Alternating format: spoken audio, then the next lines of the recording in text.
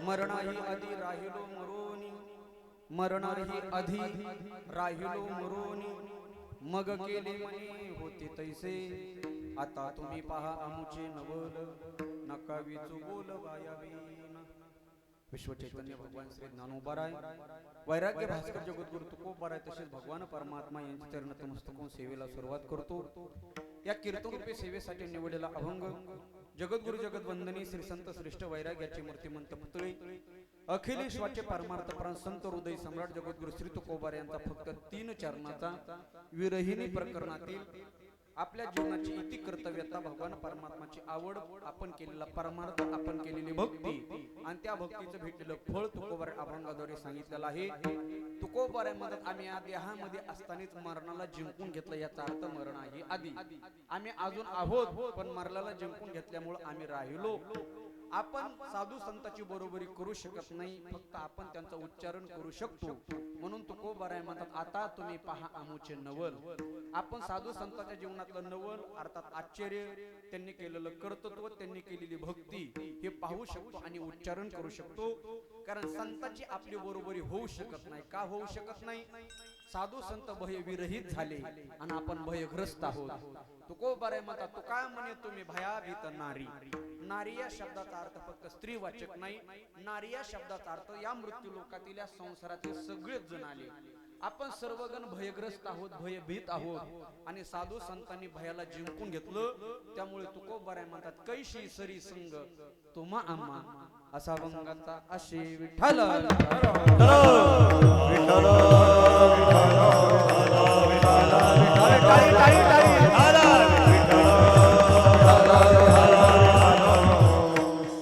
ह्या महाराष्ट्र भूमीला लाभलेली वारकरी संप्रदायाची परंपरा आणि या परंपरेला अनुसरून हा भव्य दिव्य आणि विराट स्वरूपातील हा एक दिवसीय कीर्तन महोत्सव.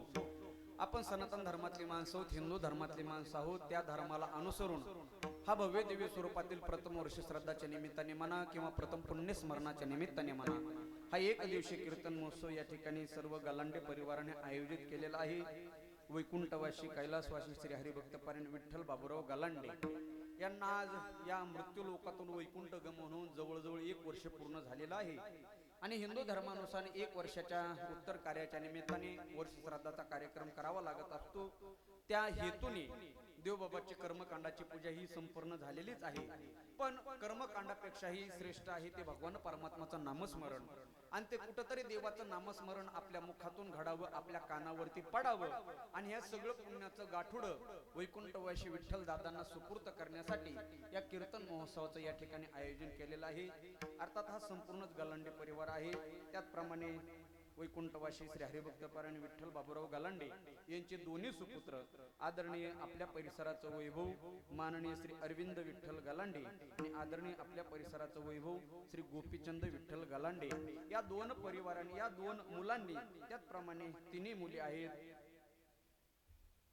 पद्मिनीताई, अरुणाताई आणि जयश्रीताई. या 3 मुली, 2 मुलं, असा खूप मोठा गलांडे परिवार. फक्त हाच परिवार नाही तर या परिवारावरती प्रेम करणारे त्यांचे पाहुणे रावळे, सखे सोयरे, नातलग मंडळी, गावातील मंडळी, बाहेरगावून आले सगळेच पाहुणे रावळे. त्यामध्ये गायनाचार्य, मृदंगाचार्य, भागवताचार्य, रामायणाचार्य, ज्ञानेश्वरी, व्यासपीठकार असे वेगवेगळे तीर्थ या राजकीय क्षेत्रातील, आध्यात्मिक क्षेत्रातील सगळेच मान्यवर मंडळी आज वैकुंठवासी विठ्ठल दादांना त्यांच्या जीवनातील शेवटची भावपूर्ण श्रद्धांजली देण्यासाठी या ठिकाणी उपस्थित आहेत. गलांडे परिवाराच्या वतीने मी सर्वांचे कोटी कोटी आभार मानतो. बघा, आपण सनातन धर्मातले माणसं आहोत, हिंदू धर्मातले माणसं आहोत, म्हणून हा वर्ष श्राद्धाचा कार्यक्रम करावा लागत असतो. टाळकरी तर भरपूरच आहेत. बघा, या भागामध्ये आलं की टाळकऱ्यांचं वैभव पाहायला भेटतं. कुठं कुठं असं असतं महाराज, 2च गायक असतात, नेमका विना कोणाच्या गळ्यात द्यावा ही सुद्धा पंचायत असते, आहे का नाही? इथं एवढे टाळकरी आहेत, काही काही भागामध्ये एवढे श्रोते सुद्धा नसतात. सगळ्या टाळकऱ्यांना कोटी कोटी धन्यवाद देतो. दोन्ही गुरुबंधूंनी सुंदर अशी चाल गायली. आदरणीय श्री हरिभक्तपारायण आमच्या परिसराचं वैभव माझे ज्येष्ठ बंधू श्री हरिभक्तपारायण बालासाहेब महाराज रसाळ महाराजांना सुद्धा कोटी कोटी धन्यवाद देतो. त्यांना तोला मोलाचे चालीला सहकार्य केलं. आपल्या परिसराचं वैभव आदरणीय श्री हरिभक्तपारायण गायनाचार्य महाराज, सगळेच परिसराचे मोहिते महाराज, महाराजांना सुद्धा कोटी कोटी धन्यवाद देतो. या बाजूचे सगळेच गायनाचार्य, टाळकरी मंडळी, सगळ्यांना कोटी कोटी धन्यवाद देतो. बोबडे महाराज, बोबडे बोबडे इंदापूरला होते बरं का, आलं लक्षात तात्याच्या कार्यक्रमाला. हा, बोबडे महाराज देखील या ठिकाणी उपस्थित आहेत. महाराजांना सुद्धा कोटी कोटी धन्यवाद देतो. अगदी सुंदर असा मृदंग वादन, इंद्रोवदी मृदंगम जय जय सुकुमारा कीर्तने ते कुमारा, गोड मृदंग वादक आदरणीय श्री हरिभक्तपरायण आमचे परमस्नेही जीवलग मित्र मृदंग विशारद मृदंग अलंकार मारुती महाराज पुरी महाराजासाठी एकदा जोरदार टाळ्या वाजवा. असं म्हणतात माणसाचा स्वभाव हा त्याच्या कलेमध्ये उतरत असतो. यांचा स्वभाव गोड आहे म्हणून स्वभाव गोड असल्यामुळे मृदंग सुद्धा गोडच आवाज येतो बघा. महाराजांना सुद्धा कोटी कोटी धन्यवाद देतो. महाराष्ट्रभर वारकरी संप्रदायाचा प्रचार आणि प्रसार ज्या YouTube चॅनलच्या माध्यमातून महाराष्ट्रभर होत आहे. विठ्ठल विठ्ठल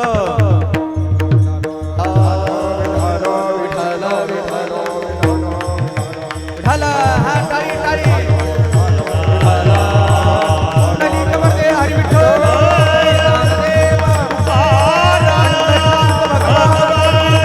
ज्ञानेश्वर महाराज, गुरु तुकाराम महाराज, छत्रपती शिवाजी महाराज, धर्मवीर संभाजी महाराज की जय, माता की जय, हर हर महादेव.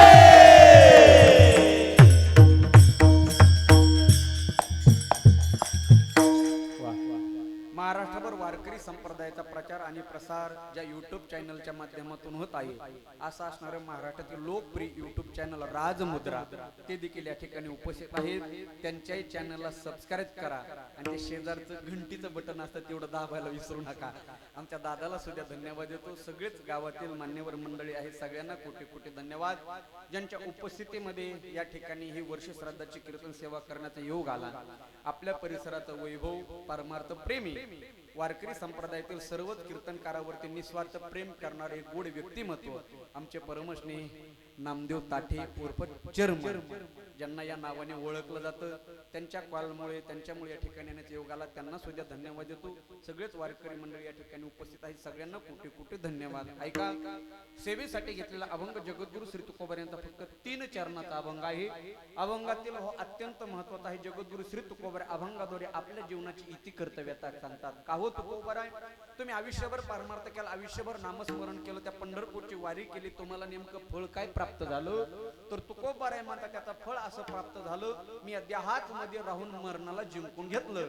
म्हणजे मी अजून आहे, अजून वैकुंठ गमनही झालेला नाही, मी देहही सोडला नाही, पण देहामध्ये असतानाच मी माझ्या मरणाला जिंकून घेतलं. याचा अर्थ राहिलो कुठं राहिलो? मरून राहिलो. यालाच म्हणायचं मरण आहे आधी. मग आपण त्यांची काय बरोबरी करू शकत नाही महाराज, संतांची आपली बरोबरी होऊ शकत नाही. मग तुकोबार म्हणतात फक्त तुम्ही एक काम करा. आता म्हणजे काय करा? आता तुम्ही पहा आमुचे नवल. आपण त्यांचं नवल पाहू शकतो का? कारण तू काय म्हणे, तुम्ही भया भीतणारी कैशी सरी संग तुम्हा आम्हा, तुमची आणि माझी बरोबरी होऊ शकणार नाही, असा अभंगाचा अर्थ आहे. ऐका, मी बोलून गेलो, आपण सनातन धर्माचे माणसं आहोत, हिंदू धर्माचे माणसं आहोत. आपल्याला 10वा 13वा वर्ष श्राद्ध हे कार्यक्रम करावे लागत असतात. कारण आजचा हा कीर्तनाचा जो दिवस आहे ना महाराज, तो नित्य नैमित्तिक कर्माचा दिवस आहे. ऐका, वेद शास्त्रामध्ये 4 प्रकार सांगितले: नित्य कर्म, नैमित्तिक कर्म, काम्य कर्म आणि प्रायचित्त कर्म. आपण सकाळी झोपेतून उठल्यापासून झोपेपर्यंत जे जे कर्म करतो त्याला नित्य कर्म म्हणतात. हे कर्म प्रत्येकाला करावंच लागतं, नाही म्हणलं तरी चालत नाही, करावं लागतं. सकाळी उठणं, स्नान करणं, देवपूजा करणं, जेवण करणं, काय असं रोजचं काम करणं, हे नित्य कर्मामध्ये मोडलं जातं, हे करावं लागतं. शास्त्रामध्ये दुसरं कर्म सांगितलं ज्याला प्रायचित्त कर्म म्हणतात. प्रायचित्त कर्म म्हणजे आपल्या हातून झालेलं पाप नष्ट करण्यासाठी केलं जाणारं कर्म. उदाहरण आहे का, मांजर मारल्यावर कुठं जातात? झोपले नाही ना? कुठं जातात मांजर मारल्या? काशीला. लोक लय हुशार आहेत महाराज, लोक काशी केलेली सांगतात पण मांजर मारलेली सांगत नाहीत. याला म्हणायचं प्रायचित्त कर्म. काहीतरी पाप झालं बाबा, ते पापाच्या नष्ट क्षालनासाठी जे कर्म केलं जातं त्याला प्रायचित्त कर्म म्हणतात. शास्त्रामध्ये तिसरं कर्म सांगितलं जातं ज्याला काम्य कर्म म्हणतात. काम्य कर्म म्हणजे फलाच्या हेतूने केलं जाणारं कर्म, काहीतरी भेटावं म्हणून काहीतरी करणं, बरोबर आहे का नाही? याला काम्य कर्म म्हणतात. पण ऐका, शास्त्रामध्ये एक श्रेष्ठ कर्म सांगितलं त्याला नित्य नैमित्तिक कर्म म्हणतात. महाराज, हे कर्म कधीही करता येत नाही, त्याला विशिष्ट दिवस लागत असतो. विशिष्ट तिथी लागत असते, किंबहुना विशिष्ट मुहूर्त लागत असतो. त्यामध्ये 10वा 13 वर्ष श्राद्ध हे कार्यक्रम येत असतात. बघा, रामनवमी हे नैमित्य कर्माचा दिवस आहे. आपल्या गावकऱ्यांनी ठरवलं आपण रामनवमीला कीर्तन करायचं. कधी? रामनवमीला. पण काही कारणाच्या निमित्ताने जर महाराजच रामनवमीला आले नाही आणि लोक म्हणले आता दुसऱ्या दिवशी रामनवमी करू, बोबडे महाराज चालन का? नाही नाही महाराज, त्या दिवशी रामनवमी होणार नाही, रामदशमी होईल. कारण तो नैमित्तिक कर्माचा दिवस आहे. गोकुळ अष्टमी कोणत्या तिथीला करावी लागते? अष्टमी तिथीला. मग महाराज येऊ अथवा न येऊ, तसं 10वा 13 वर्ष श्राद्ध हे त्याच तिथीला करावं लागतं. वर्ष श्राद्ध नैमित्तिक कर्माचा दिवस आहे, आजच करावं लागतं, उद्या करून चालत नाही. का? माऊली म्हणले तसे सोम सूर्य ग्रहणे येऊन करती पारवणे का, माता पितर मरणे अंकित दिवस. आई वडील ज्या तिथीला गेले त्या तिथीला 10वा 13 वर्ष श्राद्ध करावा लागतो. आता थोडस लक्ष देऊन ऐका, का करावा लागतो 10वा, का करावा लागतो 13वा आणि का करावा लागतो वर्ष श्राद्ध? अगदी थोडक्यामध्ये सांगतो. नाना हे आजचं नैमित्तिक कीर्तन आहे, प्रासंगिक कीर्तन आहे. जर आजच्या कीर्तनामध्ये जर 10वा 13 वर्ष श्राद्ध कळालं नाही ना, तर येणारी पुढची पिढी 10व्याच्या दिवशी वर्ष श्राद्ध घालाय बसली. बरोबर आहे ना? कारण काही कायला माहितच नाही ना वर्ष श्राद्धाचं कीर्तन का करायचं, 13वा का करायचा. हे जर आजच्या पिढीला कळालं नाही नवयुगातल्या, तर पुरोगामी विचाराचे माणसं म्हणते नको तेवढा खटाटो, 10व्या दिवशी ते सगळं उरकून घ्या. आता ऐका बर का करावं लागतो 10वा, का करावं लागतो 13वा, का करावं लागतं वर्ष श्राद्ध? शास्त्र असं सांगतं 10वा मागं पुढे केला तरी चालतो, पण 13वा आणि वर्ष श्राद्ध मागं पुढे करता येत नाही. म्हणजे 10वा मागं पुढे म्हणजे 10वा 5व्या 7व्या आणि 10व्या दिवशी करता येतो, पण ऐका 13वा मागं पुढे करता येत नाही, वर्ष श्राद्ध मागं पुढे करता येत नाही. का? याला शास्त्र म्हणतात. का करावा लागतो 13वा? आपल्या सनातन धर्मामध्ये, हिंदू धर्मामध्ये एकूण किती संस्कार सांगितले? कोण सांगल का? 16 आहे का नाही? बरं, 16 संस्कार सांगितले. पण 16चे 16 संस्कार कोणाला माहितीत का? माहितीत म्हणण्यापेक्षा माहितही नाही तर कोणाला झालेही नाही. बा झालेत का? काय कायला माहितच नाही तर होते कसे? पण 16 पैकी 3 संस्कार मात्र प्रत्येकावरती होतात. प्रत्येकावरती कोणते कोणते? पहिला आहे तो नामकरण संस्कार, 12व्या दिवशी होतो. आपण जेवढी या ठिकाणी उपस्थित श्रोते आहेत, महिला मंडळी, पुरुष मंडळी, वारकरी मंडळी, इथं प्रत्येकाचं काही ना काहीतरी नाव आहे बघा. कोणाचं सकाराम आहे, कोणाचं तुकाराम आहे, कोणाचं नामदेव आहे, कोणाचं मारुती आहे. हे काय आपलं नाम आहे, याला नामकरण संस्कार म्हणतात. हा झाला पहिला. इथं जेवढे उपस्थित आहेत इथं प्रत्येकावरती दुसरा एक संस्कार झालेला आहे, देव ब्राह्मणाच्या साक्षीने, अग्नीच्या साक्षीने आणि पाहुणे रावळ्याच्या साक्षीने. कोणता? बोला. विवाह. विवाह झालाय का नाही? सगळ्यावर झालाय. ज्यांच्यावर झाला नाही त्यांच्यावर देखील होणार आहे, पण नीट वागले तर. बरोबर आहे ना? नीट राहिलं तरच हा संस्कार होईल ना, नाहीतर पाहुणे रावळे कशाला मुलगी देतील? हे झाले 2. आणि आता ऐका, या देहातून जीव निघून गेल्याच्या नंतर आपण नसतो, फक्त देहत असतो. अग्नीच्या साक्षीने शेवटचा संस्कार होतो. कोणता? अंत्येष्टी किंवा अंत्यविधी. हे किती झाले? 3. आता जरा मी गणितात कच्चा आहे. 16 मधून 3 गेले. चेअरमन साहेब खाली किती राहिले? 13. म्हणून करावा लागतो 13वा. आता ऐका, आपल्या इकडं हस्ती संचय नावाचा पिंडदान पाडतात दुसऱ्या दिवशी, ज्याला सावडण्याचा कार्यक्रम म्हणतात. बरोबर आहे का नाही? कुठं दुसऱ्या दिवशी, कुठे तिसऱ्या दिवशी. तिथे एक जीव खडा ठेवतात बघा, जीव खडा ठेवतात ना. त्या सगळ्या हस्ती गोळा करायच्या, एका गोणीमध्ये भरायच्या आणि एक जीव खडा म्हणून कोऱ्या वस्त्रामध्ये बांधायचा. आणि कुठं ठेवायचा तो? कुठं ठेवतात? तिकडं. हा, येड्या बाबळीला बांधा. बरोबर आहे का नाही बाबा? का? गेलेला माणूस परत येतोय म्हणून? नाही, त्याला शास्त्र असं सांगतं, तो जीव खडा घरामध्ये आणायचा.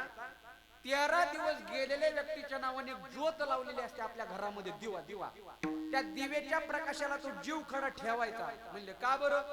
राहिलेले 13 संस्कार त्या अग्नीच्या साक्षीने जीवावरती होत असतात.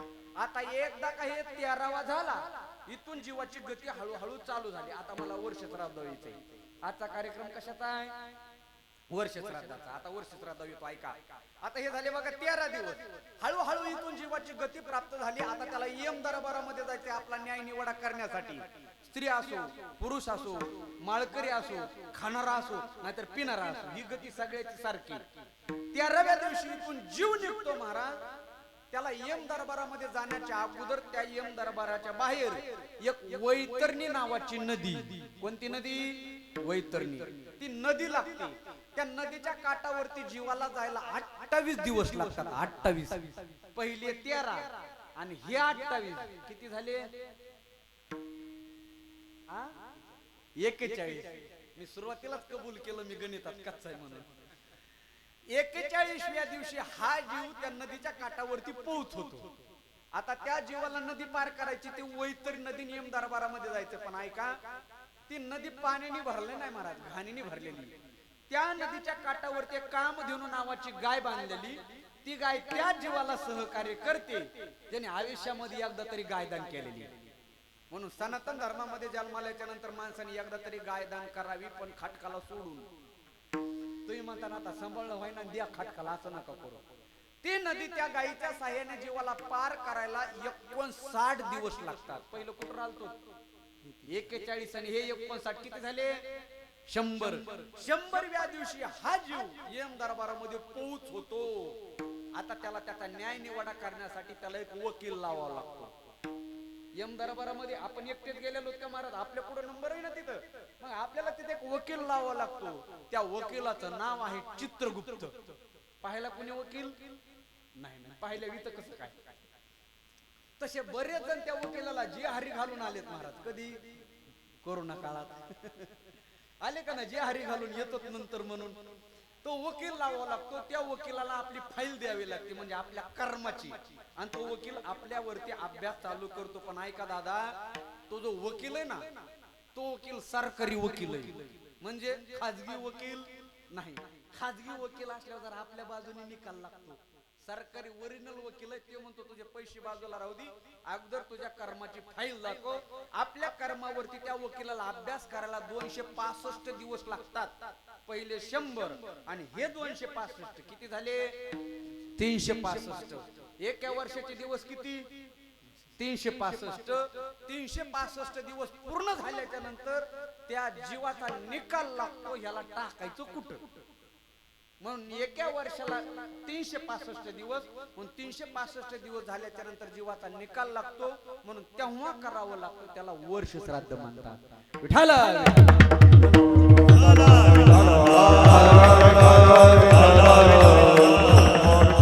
हे उगत नाही महाराज, हे कार्यक्रम काय उगत नाही. याला शास्त्रामध्ये पुरावा आहे. 10 वर्ष श्राद्ध करावं लागतं. आणि काय आहे बघा, जर वर्ष श्राद्धाच्या कार्यक्रमाला काय अडचण आली, तुम्हाला कीर्तन करता आलं नाही, अन्नदान करता आलं नाही, पण नामस्मरणाला श्रेष्ठ महत्व सांगितलं ना.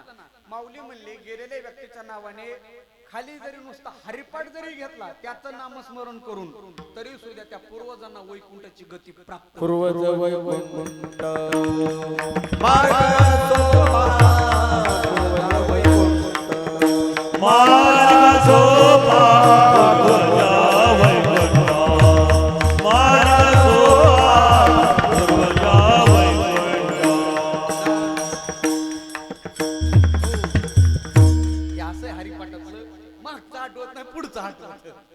माऊली म्हणले ज्ञानदेव सांग झाला हरिपाठ. हरिपाठ झाला म्हणले कधी? घेतल्याच्या नंतर. आणि त्याचा फायदा काय होईल? पूर्वजा वैकुंठ मार्ग सोपा. हा फायदा कोणाला? ज्याचं नाव घेऊन घेतला त्याला. मग का हो माऊली, ज्यांनी हरिपाठ घेतला त्याचा काय फायदा? तर माऊली म्हणतात पवित्रची होय देह त्याचा. ज्यांनी हरिपाठ घेतला त्याचाही देह पवित्र झाला. आणि ज्याचं नामस्मरण करून हरिपाठ घेतला, पूर्वजा वैकुंठ मार्ग सोपा. म्हणजे हे जरी केलं तरी चालतं. बघा, मला एवढं सांगायचं आहे. हे 10, 13 वर्ष श्राद्ध हे कार्यक्रम करावे लागत असतात. मग महाराज कुणी करायचं? तर ऐका, आपण निर्माण केलेली जी संतती असते, मुलगा असेल, मुलगी असेल, नातेवाईक असतील, त्या पाहुण्या रावळ्यांनी एकत्रित येऊन हा वर्ष श्राद्ध करावा लागत असतो. महाराज जर आपण गेल्याच्या नंतर, तुम्ही असो मी असो, जायचंय सगळ्याला, गेल्याच्या नंतर जर आपण जन्म दिलेल्या मुलाने 10, 13 वर्ष श्राद्ध केला नाही ना, तर तू खूप बऱ्या म्हणता स्वर्गामध्ये बसलेले पितर खाली बसलेल्या व्यक्तीच्या नावाने बोंबलतात. हा हा कटाचे करती पितर, हा कटाचे करती पितर,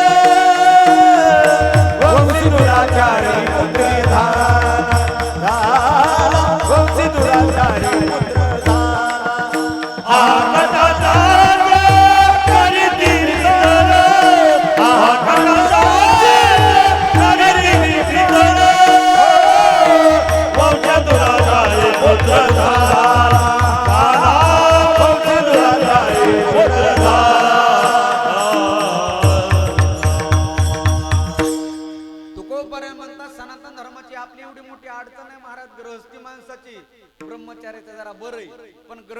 माणसाचा पतन आणि उद्धार आपल्या हातामध्ये नाही. आपण निर्माण केलेली संतती कशी वागते त्यावरून आपला पतन आणि उद्धार आहे. म्हणून सगळ्याची पाया पडून कळकळीची विनंती दादा हो, आज तुम्ही संपत्तीकडे लक्ष देण्यापेक्षा तुम्ही तुमच्या संततीकडे लक्ष देणं सध्या काळाची गरज आहे. एक वाक्य सांगू का? तुम्हाला जर कुणी प्रश्न विचारला, या जगातला सगळ्यात श्रीमंत मनुष्य कोणता? ज्याच्याकडे गाडी आहे तो श्रीमंत नाही, ज्याच्याकडे बंगला आहे तो श्रीमंत नाही, ज्याच्याकडे कारखाने आहे तोही श्रीमंत नाही. श्रीमंत म्हणायचं कोणाला? ज्याच्या घरातले म्हातारे माणसं हसून खेळून राहतात आणि ज्याचे मुलं निर्व्यसनी, तो या जगातला सगळ्यात मोठा श्रीमंत आहे. आणि जर सगळं असताना मुलं जर व्यसनी निघले तर संत म्हणतात आहा काटा त्याचे करीती पितर. काय करणार गड्या म्हणले, आम्ही आषाढीची वारी केली, पंढरपूरची वारी केली, पण वंशी दुराचारी पुत्र झाला. म्हणून मुलाकडे लक्ष देणं सध्या काळाची गरज आहे. तुकोबराय म्हणतात तुका म्हणे जाय नरका अभक्ताची माई. अभक्त जर संतती जन्माला आली ना महाराज, वर्ष श्राद्ध 10वा 13वा जर न करणारी संतती जन्माला आली, आपलं पतन काय होईल सांगता येत नाही बरं का. असत्य मार्गाने धन कमवणारी मुलं नसावी, खोटा नाटा व्यापार करणारी मुलं नसावी. पतन होतं. पतन कसं होत आहे का? तुकोबाराच्या गाथ्यातला गोड दृष्टांत लक्ष देऊन आहे का? पावसाळ्याचे दिवस होते आणि पावसाळ्याच्या दिवसामध्ये दोन पक्षाचं लग्न झालं. पक्ष म्हणजे आकाशात फिरणारे. तुम्ही म्हणता काँग्रेस आणि भाजप हे पक्ष नाही, त्यांचे वर्षातून दोनदा लग्न होते पण दोनदा घटस्फोट होते. राजकीय पक्षात असंच आहे सध्या, आहे का नाही? हंस आणि हंसिनी ह्या दोन पक्षाचे लग्न झाले महाराज. आता नवीनच लग्न झालं. श्रावण महिन्याचे दिवस होते. रिमझिम रिमझिम पाऊस चालू होता. सायंकाळचे 5-6 वाजलेले होते. सूर्य असा ढगाच्या आड गेलेला होता. आपल्या भाषेमध्ये वातावरण जरा प्रसन्न होतं. आता नवीन लग्न झालं, आकाश मार्गाने फिरायला निघले. आता इथं नवीन लग्न झालेलं असल्यामुळे अशा गप्पा रंगल्या बघा लग्नातल्या. कोण आलं होतं, कोण आलं नव्हतं, कोणी काय मुळवाटीला काय दिलं, कोणी कोणती वस्तू दिली, कोण आयर घेऊन गेलं, कोण आयर घेऊन आलं. आता लग्न झालं ही चर्चा असते ना, अशी चर्चा रंगली महाराज. आणि आकाशात किती दूर आलो आपण हे त्यांना मिळ नाही. वापस यायचा रस्ता विसरून गेले ना, अंधार पडला. अंधार पडल्याच्या नंतर हंस हंसिनीला म्हणतो बायकोला, अगं आपण रस्ता विसरलो. मग आता आज आपल्याला इकडेच कुठेतरी मुक्काम करावा लागन, कोणाचं तरी पाहुण्या रावळ्याचं घर बघावं लागन, एखाद्या ओळखीचा कोणाच्या तरी माणसाचा निवारा बघावा लागन. कारण शहाणी माणसं त्याला म्हणतात अंधार पडल्याच्या नंतर एखादं मंदिर जवळ करतील, पाहुण्या रावळ्याचं घर जवळ करेल, एखादी धर्मशाळा जवळ करेल, त्याला शहाणा म्हणतात ना. मग हंस हंसिनीला म्हणू लागला आपण बघू कुठेतरी कोणाचं घरट दिसतंय का. तेवढ्यात त्याला आकाशात एक उडताना कावळा दिसला. वा वा म्हणले कावळे दादा जय हरी जय हरी. कावळा दादा म्हणला जय हरी. अहो इकडे कुठं? हंस म्हणला बघा आम्ही जरा फिरायला आलो होतो, पण नेमका आता अंधार पडला, आमचा इकडे कोणासंग काय परिचय नाही बा. 8च्या दिवस आम्ही तुझ्या घरट्यामध्ये राहू शकतो का? कोणी कोणाला विचारलं? हंसाने कावळ्याला. लक्ष देऊन ऐका जरा बरं का. हंसाने कावळ्याला विचारलं. कावळा म्हणला राहा बाबा, माझं घर मोठं, मी एकटाच आहे म्हणला, राहा. हंस आणि हंसिनी कावळ्याच्या घरट्यामध्ये मुक्काम केला, रात्रभर आराम केला. सकाळ झाली. सकाळी हंस आणि हंसिनी घराच्या बाहेर जायला निघाली. तेवढ्यात कावळ्याने अडवलं. हंस म्हणला कावळ्या दादा असा काय करतो, जाऊ द्या ना आम्हाला. कावळा म्हणला तुम्ही रात्री घरात येताना बाहेर एक पाटी लावली होती घराच्या बाहेर, तुम्ही ती वाचली का? हंस म्हणला काय अंधारात पाहिली नाही, जा अगोदर पाटी वाचून या. हंस बाहेर आला तर बाहेर पाटी होती, पाटीवर मजकूर होता माझ्या घरट्यामध्ये जी स्त्री राहते ती माझी बायको. कोण लिहिलं होतं हे? कावळ्याने. मी आता हिला जाऊन देणार नाही हंसिनीला, का ही आजपासून माझी बायको, माझ्या घरट्यात मुक्काम केला ना. आता ह्या दोघांचे भांडण लागलं बघा. कावळा म्हणायचा माझी बायकोय, हंस म्हणायचा माझी बायकोय. गलांडवाडी कड बायको कोणाची होती? झोपले नाही तुम्ही? कोणाची बायको होती? हंसाची बायको होती. पण कावळा काय म्हणत होता? माझी बायको. दोघांचं भांडण लागलं. एवढं भांडण लागलं महाराज, भांडण गेलं कोर्टात. न्याय निवाडा करायचं काम जज साहेबाचं. मग दोघांनी एक एक वकील लावला केस लढवण्यासाठी. तिथं वकीलच लावावा लागतो ना का? तिथं कीर्तनकार लावून जमन का? तिथं पांढऱ्या कपड्याचं काम नाही. तिथं कोणत्या कपड्याचं काम आहे बाबा? काय? कारण जगातलं सगळ्यात काळं पांढरं तिथंच करावं लागतं कोर्टात. कावळ्याने एक वकील लावला, हंसाने एक वकील लावला. पण कावळा हुशार. कावळा म्हणला जेजने जर योग्य न्याय दिला तर हंसीने हंसाचीच बायकोय. कावळ्याने वकीलही लावला आणि जेजलाही घातला. म्हणला जेज साहेब एवढ्या वेळेस तुम्ही न्यायाच्या ऐवजी निकाल द्या. तुम्ही म्हणा न्यायामध्ये निकालामध्ये काय फरक असतो? ऐका गावकरी, जो सरळ सरळ केला जातो त्याला न्याय म्हणतात, मागच्या दारा वाट केला जातो त्याला निकाल म्हणतात. जो 4 माणसामध्ये केला जातो त्याला न्याय म्हणतात, आणि टॅबला खालून केला जातो त्याला निकाल म्हणतात. कावळ्याने सांगितलं, जेज साहेब एवढ्या वेळेस माझ्या बाजूने निकाल द्या. जेज म्हणला, कावळ्या शास्त्र वाचलंच का तू? म्हणले काय? प्रयोजन मी अनुदिश्य न मंदोपी प्रवर्तते. जगातला मूर्खातला मूर्ख माणूस उद्या फायद्याशिवाय कार्य करत नाही, आणि मी तर जेज आहे म्हणला, याच्यात माझा फायदा काय? कावळा म्हणला, ऐका तुमचा फायदा सांगतो तुम्हाला. तुमचे जे आई वडिलांचं निधन झालेलं आहे, जे स्वर्गवासी झालेले आहेत, ते सध्या कोणत्या गतीला गेले, त्यांना पुनर्जन्म म्हणून काय झाला किंवा कोणत्या देहामध्ये आहेत, मी हे तुम्हाला आता माझ्या बाजूने निकाल दिल्याबरोबर दाखवू शकतो. बुलढाणा महाराज प्रलोभनाला जेज साहेब, जेजने विचार केला ह्याच्या अगोदर किती निकाल लावले, एक निकाल लावायला काय झालं? आणि महाराज जेजने निकाल ठोकून दिला, हंसीने हंसाची बायको नसून कावळ्याची बायको. हंस गेला रडत रडत, लगेच जेजने कावळ्याला रडलं, कावळ्या चल माझे मायबाप दाखव. म्हणला होता ना तू माझे मायबाप दाखवतो, आणि चल दाखव बरं. चला म्हणला, मला काय काय थोडंच खर्च येणार आहे. कावळा पुढं, जेज साहेब पाठीमाग. सगळ्या गावाचं घाण पाणी कुठंतरी साचलेलं होतं बघा. घाण पाणी असतं ना, त्याच्यामध्ये घाण झालेले असते, आळ्या झालेल्या असतात. त्या घाण पाण्याजवळ तो जेजला घेऊन कावळा आला.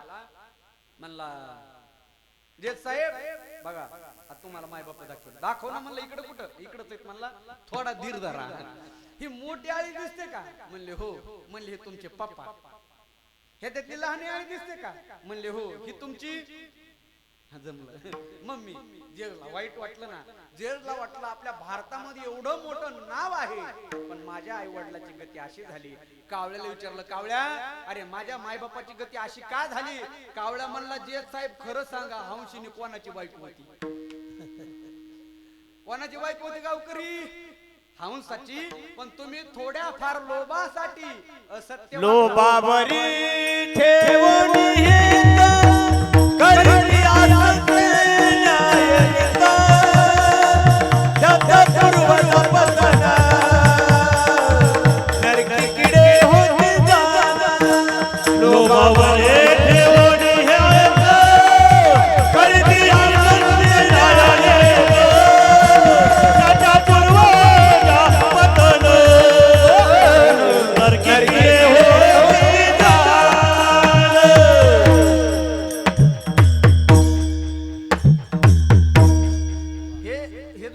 सांगितलं हा मोहगम नाही महाराज. तुकोबरने गात्यात सांगितलं, खोटा नाटा व्यापार करणाऱ्याच्या मायबापाची गती काय होते?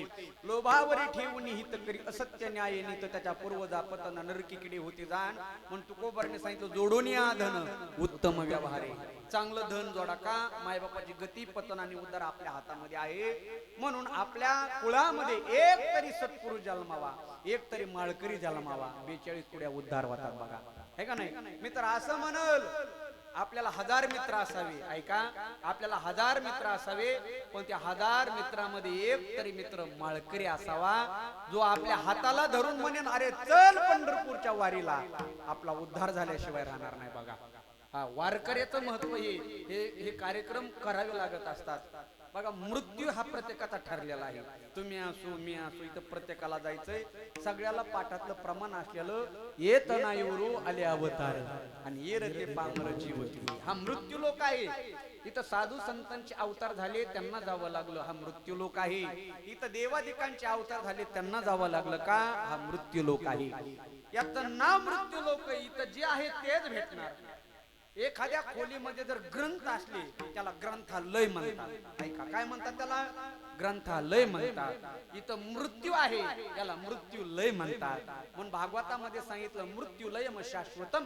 इथं 100% भेटणारी वस्तू आहे, त्याचं नाव आहे मृत्यू. गावातला किती श्रीमंत असू द्या, गावातला किती गरीब असू द्या, इथं जावं लागतं. जाण्याचं ठिकाण एकच आहे, त्याला स्मशान भूमी म्हणतात. ऐका बर का, घड्याळ 100 रुपयाची असू द्या, नाहीतर 1 कोटी रुपयाची असू द्या. घड्याळ 100 रुपयाची असू द्या, नाहीतर 1 कोटी रुपयाची असू द्या, टाइम फक्त 12 तासाचा दाखवते. 100 रुपयाची घड्याळ 12 तास दाखवते ना, 1 कोटीची घड्याळ 13 तास दाखवते. असं होतं कधी? नाही ना महाराज. गावातला श्रीमंत असला तरी त्याला जावं लागतं, गावातला गरीब असला तरी जावं लागतं. रस्ता किती सरळ असू द्या, लक्ष देऊ नका बरं का, रस्ता हा किती सरळ असू द्या, गाडी 2 कोटीची असू द्या नाहीतर 10 कोटीची असू द्या, वळण आलं की ओळावत लागतं. एखादा मला नाही नाही महाराज माझी गाडी 2 कोटीची मी सरळ जाणार, जा मग बघ काय होत ती. हा मृत्यू लोक है दादा, यहाँ मौत से किसकी रिश्तेदारी है, यहाँ मौत से किसकी रिश्तेदारी है, आज मेरी तो कल तेरी बारी. हा मृत्यू लोक आहे. जाण्याचं एकच ठिकाण त्याला स्मशानभूमी म्हणतात. गावातला श्रीमंत माणूस सुद्धा शेवटचा मुक्काम मशानातच, गावाच्या गरीब माणसाचा सुद्धा शेवटचा मुक्काम मशानातच. आयुष्यभर भेदभाव केला महाराज, आयुष्यभर दुजाभाव केला, आयुष्यभर गरीब श्रीमंत भांडण खेळत राहिलो, पण गावातल्या स्मशानभूमीमध्ये 2 चिता जळत होत्या. एक होती गावातल्या गरीब माणसाची, एक होती गावातल्या सर्वात श्रीमंत माणसाची. जळता जळता त्या चिता सांगून गेल्या, शमशान में जाती ही मिट गई सारी लकीर, शमशान में जाते ही मिट गई सारी लकीर, और पास पास जल रहे थे राजा और फकीर. दोघ जवळ जळत होते ना का, याचं नाव मृत्यू लोक आहे. श्री संत निळोबारायांनी या मृत्यू लोकातल्या 3 गोष्टी शास्त्रात सांगितल्या. पहिली गोष्ट सांगितली, येथे जाणे येणे ओ एकली शेवटी. इथं एकट्यालाच यावं लागतं आणि एकट्यालाच जावं लागतं. दुसरी गोष्ट सांगितली, इथे राहणे नाही कल्पकोटी. कल्पकोटी कोणाला राहता येतं का, नाही. आणि तिसरी गोष्ट सांगितली, जोडली धनच नचली लक्ष कोटी. किती धन जोडलं शेवटी कामी येतं का, नाही नाही. या 3 गोष्टी मृत्यू लोकातल्या खऱ्या आहेत. कल्पकोटी आयुष्य मागून घेतलं तरी राहता येत. एक भक्त होता महाराज, त्या भक्ताने ब्रह्मदेवाची तपश्चर्या केली आणि ब्रह्मदेव प्रसन्न करून घेतला. ब्रह्मदेव आणि ब्रह्मदेवाला सांगितलं, ब्रह्मा मी तुझे खडतर तपश्चर्या केली. ब्रह्मदेव म्हणला, माग तुला काय वरदान पाहिजे ते. तो भक्त म्हणला, मला अमर करा. कोणता भक्त असेल, हिरण्यकशिपू. काय म्हणला, देवा मला अमर करा. ब्रह्मदेव म्हणला, बाबा तू हे मागण्याच्या अगोदर एकदा ज्ञानेश्वर वाचाय पाहिजे होतीस. म्हणले का, माऊली लिहिलंय, जैसे निवटायला याचे पोट न दुखे. मेलेल्या माणसाचं जसं पोट दुखत नाही ही गोष्ट 100% खरी ना, तशी 100% खरी मला सुद्धा मरावं लागतंय. मग मीच मरणार आहे तर तुला अमर काय करणार बरं, मग मला दुसरं काहीतरी द्या आणि दुसरं काही माग. मग महाराज त्यांनी अशी यादी काढली. कोणी, हिरण्यकशिपूने. आणि हिरण्यकशिपू ब्रह्मदेवाला मागायला लागला. म्हणजे मला एक काम करा, मला दिवसा मरण नको, तथास्तु. मला रात्री मरण नको. आता तुम्ही व्हा ब्रह्मदेव, मी होतो हिरण्यकशिपू. मला खाली मरण नको, मला वर मरण नको, तथास्तु. मला स्त्रीकडून नको, तथास्तु. पुरुषाकडून नको, तथास्तु. अस्त्राने नको, तथास्तु. शास्त्राने नको, तथास्तु. एवढंच काय, 12 महिन्यात, ह्या महिन्यात कुठलंच नको. म्हणले तथास्तु. थांबा थांबा, ब्रह्मदेवाचा पिय होता तिथं. ब्रह्मदेवाचा पिय म्हणला, देवा जरा थांबा, अहो तुम्हाला अनुदान येतंय किती, तुम्ही वाटप करायला किती, ह्याचा तरी अंदाज राहू द्या ना. किती वरदान मागून घेतले महाराज, किती मागून घेतले. आहे का हिरण्यकशिपू, नाही ना. 13वा महिना त्याच्यासाठीच निर्माण केला. मारलं का नाही, करण्याचं नाव मृत्यू लोक आहे. इथं काही करा, मरावं लागतं. किती धन जोडलं महाराज. या जगातला सगळ्यात श्रीमंत, या जगातला सगळ्यात विद्वान आणि या जगातला सगळ्यात भक्त, 3 गोष्टी एकाच माणसाकडे होत्या. त्याचं नाव होतं रावण. रावणासारखा भक्त नाही, रावणासारखा श्रीमंत नाही आणि रावणासारखा विद्वानही नाही. आज रावण आहे का, बोला गावकरी. रावणाचं मंदिर तरी आहे का. मग ज्याची 7 कोटी घर सोन्याची होती, तुकोबारांनी गात्यात सांगितलं, शुद्ध कंचनाची 7 कोटी. 7 कोटी घर सोन्याची होती तरी रावण आज जिवंत नाही. हातात एकच अंगठी तरी लिहितोय, नाद करती का. तुका म्हणे त्याची संपदा केवली, संगती केवली गेली नाही, संगती केवली गेली नाही. संगती केवली गेली नाही, संगती केवली गेली नाही. तुकोबाराय म्हणतात, तुका म्हणे ज्याची संपदा एवढी केवढी, शुद्ध कंचनाची 7 कोटी, सांगा ती कवडी गेली नाही. त्याच्यातली कवडी सुद्धा बरोबर गेली नाही. आपलं काय येणार आहे का हो. आपल्या बरोबर एकच शेवटपर्यंत राहतं, तो आपला मित्र आणि त्याचं नाव आहे कर्म. ऐका, जसं माऊली म्हणले दिवसभर केलेलं काम, दिवसभर केलेलं कर्म आपण झोपल्याबरोबर स्वप्नामध्ये येतं ना, तसंच आयुष्यभर केलेलं कर्म मृत्यूच्या समयाला आपल्या समोर उभा राहताना आपल्याला जे हरी घालतं. म्हणून माणसाने चांगलं कर्म केलं पाहिजे. बघा तुका म्हणे ज्याची संपदा एवढी ती सांगा ती कवडी गेली नाही. बरोबर, काही येत नाही आणि जायचं सगळ्याला. मग महाराज जाण्याचा काही मार्ग आहे का सोपा आहे? बघा दोन प्रकारे जीवन जगण्याची पद्धत आहे. पहिली पद्धत आहे देह तादात्म्यवादी आणि दुसरी पद्धत आहे देह तादात्म्य शून्य. तुम्ही झोपले का हो? नाही ना, झोप लई मंदार आहे. झोप एकटी कधीच येत नाही. तिच्या अगोदर तिची लहानी बहीण येते, तिचं नाव डुकली मारुती महाराज, नंतर झोप येते. असं करू नका. फक्त दोन पद्धती जीवन जगण्याच्या. पहिली पद्धत देह तादात्म्यवादी, दुसरी पद्धत देह तादात्म्य शून्य. देह तादात्म्यवादी म्हणजे मीच देह आहे असं मानून जीवन जगणारे, आणि देह तादात्म्य शून्य म्हणजे मी पंचमहाभूत, मी भगवान परमात्माचा अंश आहे, देह पंचमहाभूतात आहे आणि तो उष्ण आणलेला आहे असं मानून जीवन जगणारे. दुसऱ्या पद्धतीमध्ये मृत्यू सोपा होतो, पहिल्या पद्धतीमध्ये मृत्यू अवघड होतो. मरायचं सगळ्याला पण जाण्याची सोपी पद्धत. अजून सोपा दृष्टांत सांगायचा ठरला तर ऐका. आता आपल्या गलांडवाडी गावातून मेन हायवेला लागताना पहिला गतिरोधक आहे बघा, आहे का नाही? चढाला आहे ना गतिरोधक. आता तुम्हाला सगळ्याला हा गतिरोधक माहिती का नाही? पण तुमची गाडी आदळते का नाही तिथे? खरं सांगा, आदळते का नाही? गतिरोधक माहिती तरी सुद्धा गाडी आदळते. आणि ज्याला गतिरोधक माहिती नाही त्याची पण गाडी आदळते. पण गाडी आदळण्यात फरक आहे. ज्याला माहित नाही त्याचे हातभर उचलून आदळते, आणि ज्याला माहिती त्याची जरा आधार आदळते. हा मृत्यूचा फरक आहे. जो मृत्यूला सावध झाला त्याला मारायचे, पण तो जरा चांगला मरण येतं. आणि जो मृत्यूला बेसावध झाला हातभर उचलून आदळते. पण मृत्यूला सावध झालं पाहिजे. सावध कसं पाहिजे बघा, जीवन जगत असताना देह पंचमहाभूताचा आहे असं मानून जीवन जगायचं. अगदी सोपं सांगायचं ठरलं तर ऐका. आलता हा गलांडे परिवाराचा कार्यक्रम आहे वर्ष श्राद्धाचा. मला चेअरमन साहेबांनी फोन केला की महाराज असा असा कार्यक्रम आहे, तुम्ही या. मग आमची चर्चा झाली. बा म्हणले वर्ष श्राद्धाचं कीर्तन करायचं आहे म्हणल्यावर काहीतरी साहित्य लागन ना.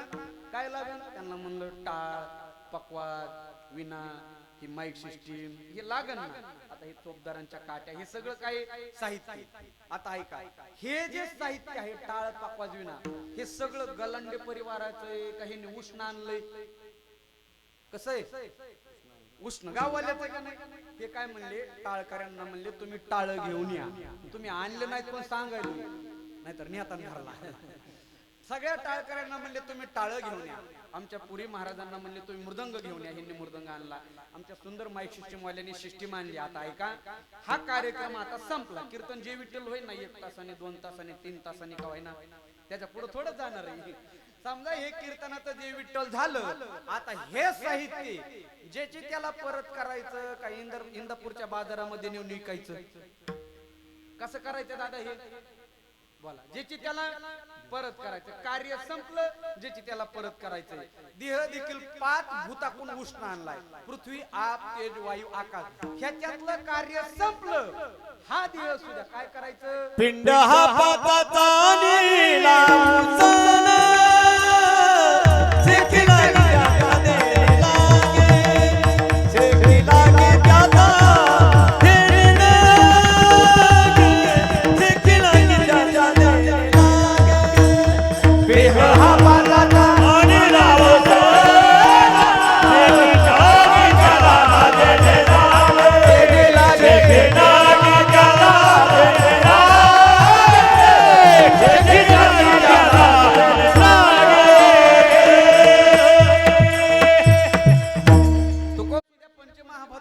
त्याचा शरीर आहे. पृथ्वी, आप, तेज, वायू, आकाश हे उष्ण आणलंय. याच्यातलं कार्य संपलं. हा देह ज्याची त्याला देऊन टाकायचा आणि आपण भगवान परमात्म्याकडे जायचं. याला जीवन जगण्याची पद्धत म्हणतात. ऐका, आपण जर घर खेडेगाव सोडून शहरामध्ये राहायला गेलो, स्वतःचं घर नसतं महाराज तिथं, मग आपण भाड्याने खोली घेतो. बरोबर आहे का नाही? भाड्याने खोली घेतो, तिथं अग्रीमेंट करतो. तो विचारतो किती वर्ष राहणार? आपण म्हणतो मी 50 वर्ष राहील, कोणी 40 वर्ष राहील. आपलं त्या शहरामधलं काम संपलं ज्याची त्याला खोली काय करतो देऊन टाकतो का आपण भाड्याने राहतो तसा हा देह भाड्याने आणलाय आणि हा देह भाड्याने आणल्यामुळे भाड्याने राहणाऱ्या माणसाने भाड्यावणी वागायचं नाही बोलणं लक्षात येईल ना नीट राहायचं नीट बदन मेरा मिट्टी का सासे मेरी उधार है बदन मेरा मिट्टी का सासे मेरी उधार है अरे घमंड किस बात का करूं हम सब यहाँ के किराएदार है आपण भाड्याने राहतो महाराज इथं भाड्याने राहतो बरं आपण एवढे कृतज्ञ माणसं आहेत की देवाकडून भाड्याने घेतलंय पण येतं लाईट बिल सुद्धा भरलं नाही कोणी केलं नामस्मरण बोला या घराचं लाईट बिल आहे नामस्मरण पण देव एवढा कृपावंत आहे नामस्मरण न करता सुद्धा हा मीटर काढून येत नाही तसंच ठेवतो है का नाही हे सगळं उष्ण आणलंय असं मानून जीवन जगा म्हणजे सावध जगलं पाहिजे सावध का हो तू बरं आहे तुम्ही सावध झाले म्हणजे हो सावध झालो म्हणजे नेमकं काय झालं मरण पुढं कधीतरी येणार आहे अजून मरण आलेलं नाही पण मरण येण्याच्या अगोदरच आम्ही मरणाला जिंकून घेतलं अभंगाचं पहिलं चरण मरणाई आधी राहिलो